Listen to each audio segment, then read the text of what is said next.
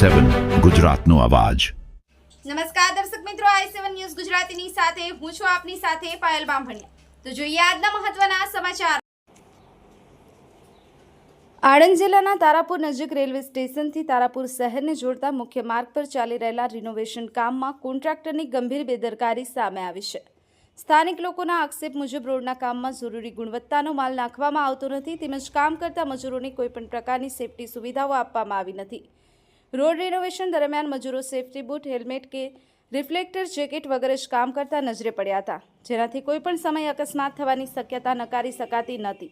આ ઉપરાંત રોડ ઉપર નાખવામાં આવતું ડામર તથા મેટલ પણ પૂરતી જાડાઈ અને ગુણવત્તાનું ન હોવાનું સ્થાનિકોએ જણાવ્યું છે।